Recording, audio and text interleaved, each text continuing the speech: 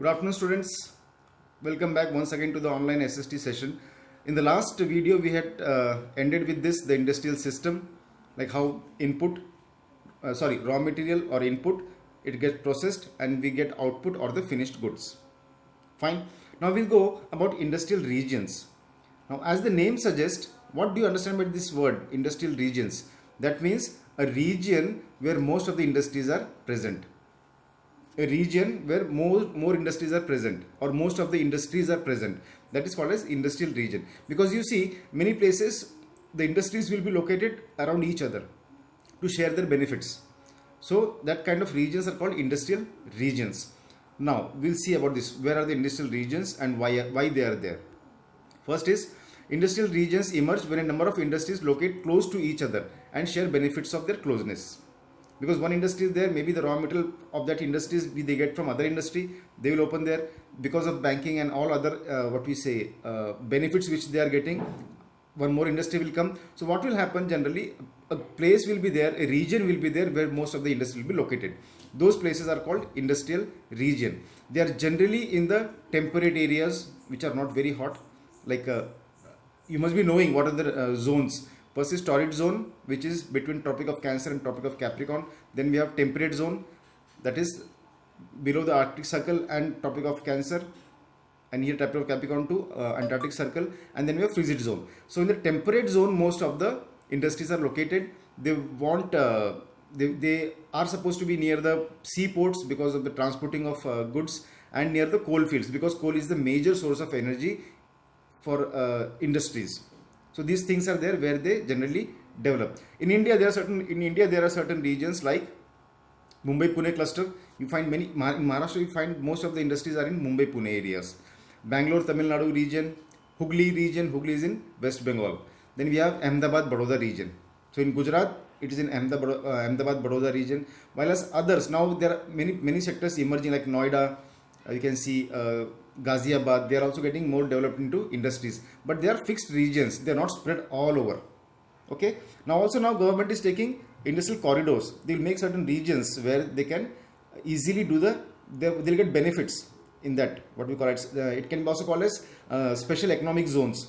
That corridors are made so that in that region they can invest, the industries or the private players can invest there. They will have less taxes, they will get certain relaxation on taxes, they will get certain benefits like maybe free electricity for first year. They will get world-class facilities of network of email and transport. All these things they will do in this corridor. So now industrial corridors are being set up by countries to utilize maximum potential. China-India economic corridor is one of such examples. Fine.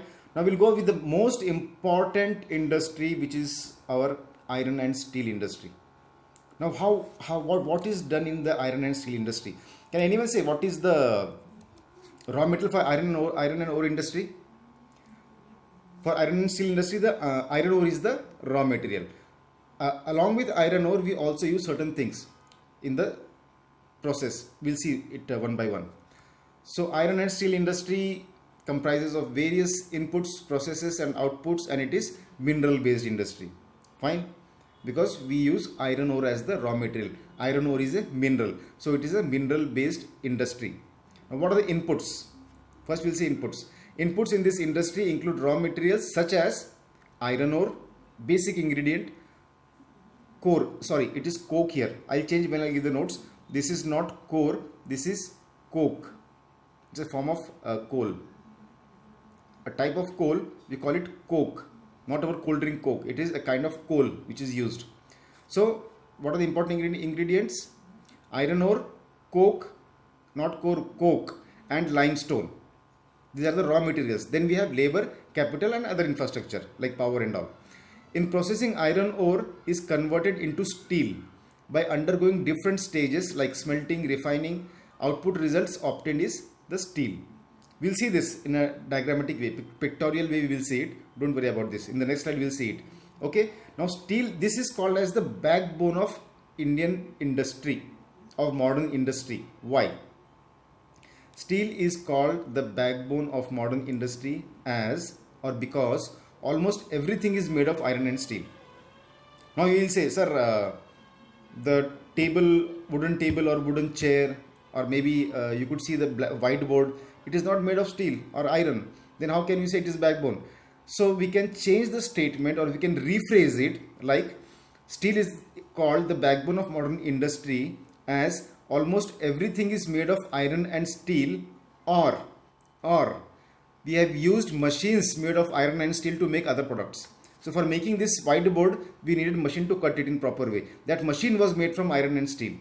So if iron and steel would not be there, we could not make the whiteboard also. So almost everything, not everything, but almost 99% things are either made up of iron and steel, or they are made by the machines made of iron and steel. I hope it's very clear to you now. In India, if you talk about India, iron and steel industry has developed taking advantage of raw materials, because in certain pockets we have very good resource of iron ores. Cheap labor, again I think there is a spelling mistake. I'll change this all the spelling mistakes in the slides. Cheap labor, transport and market. Because most of the iron and steel industry, if you see, it is in Chota Nagpur Plateau. Because rich source of iron ore is there. The nearby areas like Jharkhand, Chhattisgarh, some parts of West Bengal, there we get cheap labor because of poverty and very less employment opportunities. We get cheap labor there. Transport is good. Market is nearby. Calcutta is the major market. From there they can go by ship. Even the railway lines are there from Jharkhand towards the, like we have Bokaro steel plant. So there is a direct connection from Bombay to Calcutta. It lies between that line. So transportation also is very easy for them. Fine, now we'll see the diagrammatic representation. Now here you can see here. This is met coal. We call it met coal. It is processed and we form coke, which I told you earlier. They form coke. Here iron ore and limestone goes to sinter plant, and some iron ore directly goes to the fine. If it is not so much of purified, it goes to sinter plant. If it is good quality, it directly goes towards something which we will see later. Now this sinter, what they do, from the fine dust of iron ore, they take out iron and other minerals, and they make small irregular nodules. Nodules will be there like small balls. It will not be powder now, it will be like small balls. That will go here. Now where will they go? They will go to the next thing. It goes to blast furnace. This is called blast furnace. It is melted here. When you melt it, what happens? Melted means it is totally like molten lava. It is not in solid form. Iron not in solid form. So when you melt it, because iron is heavier, so it comes down. So you can see here downwards we have molten iron, and the upper part is called as slag. Slag is the impurity which is upside. Now this molten iron again goes into a classic basic oxide furnace, and it forms steel. Now this steel, when it is used after maybe some the recycled steel, so if it comes for recycle, again it will come and they will put it here along with this. So this is the process, total process of iron ore to steel. Here also molten iron, they can make iron sheets. From here, if they require iron, they can take out iron, they can make iron rods, iron sheets, whatever they want to make. And then whatever required, if it's not required, it goes directly to become steel. Clear? I hope it's very clear with this diagram for you. Yeah. So this is the final diagram. I hope you have clearly understood what is iron and steel industry with this picture. Again, if you have any doubts, you can ask me, or you can go through Google also. You'll find so many images of this. I have taken from Google. You can also take it. You can go through it, different images, so that your understanding would be very clear. Thank you. In next session, we'll go with our cotton and textile and IT industry, and we'll complete the chapter in the next video. Thank you. Have a nice day.